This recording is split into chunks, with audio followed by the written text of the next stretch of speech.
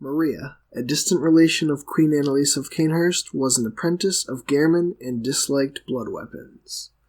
She is charged with slaughtering innocent villagers of the fishing hamlet, conducting unethical experiments on subjects in the research hall, conspiracy to cover up atrocities committed by Byrgenwerth College in the Hunter's Nightmare, and being an obnoxious BL4 fight.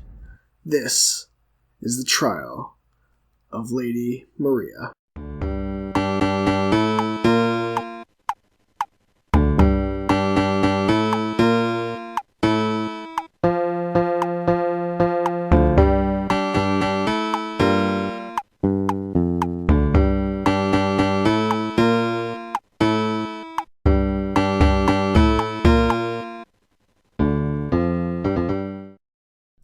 Welcome to episode 32 of BL4 Lore.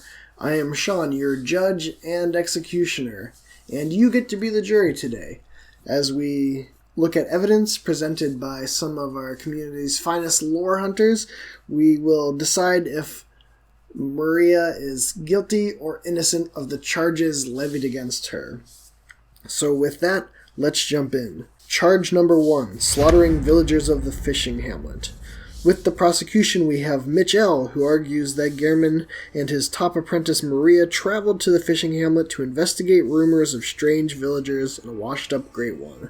Once there, Gehrman and Maria slaughtered the villagers and desecrated the corpse of Kaz the Great One and her unborn child. For the defense, Sinclair Lore offers up that Maria did not necessarily partake in the slaughter of the fishing hamlet, that perhaps she knew of the hamlet but argued against harming the villagers, and maybe that got her killed. Charge number 2, conducting unethical experiments on the subjects in the research hall. For the prosecution, we have Aegon of Astora, who argues that she participated in the slaughter of the fishing hamlet and then ran experiments generated by that event out of the research hall. Any affection the patients present is Stockholm Syndrome, made clear by their desperation to appease her for fear of the consequences of failure. For the defense, we have Redgrave and his Pale Blood Hunt that presents that Lady Maria is racked with guilt over the massacre, and she threw her Recollo in the well and chose to spend the rest of her days as the caretaker over the patients in the research hall to soothe them. It was the failing of these experiments and the pain over this failure that led her to end her life. Alternatively, Sinclair Lore argues that the patients were willing patients, and they loved her. They were all working together to achieve enlightenment, no matter the cost. Charge number 3, conspiracy to cover up atrocities committed by Byrgenwerth College in the Hunter's Nightmare. For the prosecution, I will fill in for myself, as I did not find a source that argued this point, but I would like to present it as a placeholder. One could argue that Lady Maria is guilty over her actions in the fishing hamlet, and she's trying to keep anyone from discovering the secret of what she did there. She killed herself over this, and wants her corpse and her secrets left alone. For the defense, McKella says that out of the old hunters who participated in the atrocities in the fishing hamlet, Lady Maria is the only one to show true remorse. She has true regret for her actions and is protecting the fishing hamlet or the corpse of Kaz from further desecration. In addition, Sinclair Lore believes that Lady Maria is facing away from the fishing hamlet and therefore indicates that perhaps she did not participate in what happened there, and she's defending the hamlet from further atrocities. She believes that Lady Maria did not kill herself, but was taken out by the Healing Church, potentially Ludwig, as they got rid of opposing points of view. So before we go to point 4, charge 4 against Lady Maria, I just wanted to say that all of the lore content I found for this episode was excellent, and I only presented limited snippets of the excellent videos and text that was written about Lady Maria, and you should definitely go check out all of them if you want further evidence to determine if she is guilty or innocent of the charges against her. But now, for charge number 4, being an obnoxious BL4 fight. I will be the defense and prosecution for this one. On the prosecution, I say that she has ridiculous tracking on one-shot attacks that are difficult to dodge reliably. On the defense, I say that she has a really badass intro cutscene.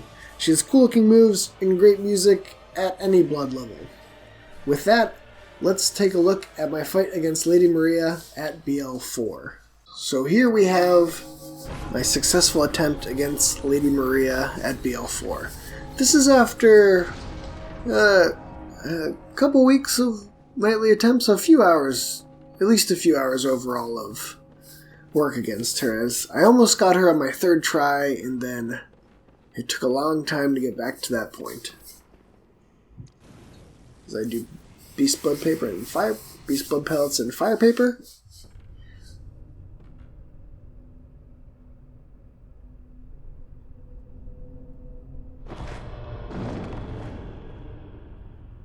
A corpse should be left well alone.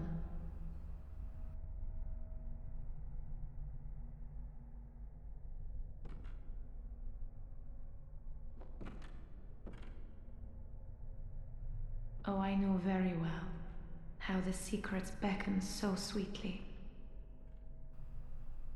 Only an honest death will kill you now. Liberate you from your wild curiosity.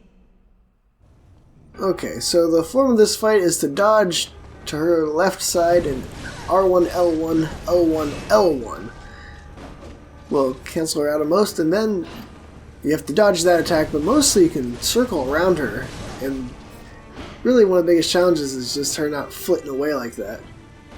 Dodge out. If I don't get the whole thing, the main thing is I'm working on getting that beast meter up. She doesn't have a ton of health, so the more damage I can do, the quicker I can get through these other phases if I keep the beast blood pellet active. So now we're in phase 2, where she gets some obnoxious blood attacks, and what killed me most, which I don't think actually comes up much in this fight, which may have contributed towards its success, but she has a few charge attacks that have some pretty intense tracking and are hard to dodge. But we get through it and right into phase 3, where she now adds some fire. And there goes my beast blood pellet. Almost bite it there.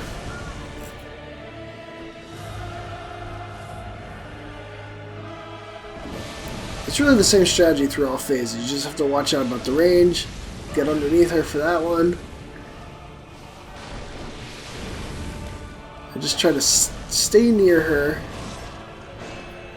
That's the attack. It's difficult to dodge, and it took me quite a few deaths to start to get the hang of it. Ooh. Very lucky break there, and I just go in for the R1 spam to finally beat her after a few hours of attempts overall.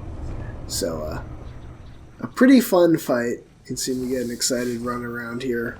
But unlike Ludwig, which I spent 6 months on, I felt like it was me getting good enough. Some of these things here, I just feel like the timing and the tracking could be obnoxious at this level as they one-shot me. And were just very hard to dodge. And out of Ludwig and Maria, I found myself mad after a session with Maria, whereas Ludwig, I just felt a crushing sense that I would never be good enough to beat him. But there you have it, Lady Maria at BL4. Thank you for watching this episode, and tune in next time as I continue my way through the Old Hunters DLC in Bloodborne at BL4.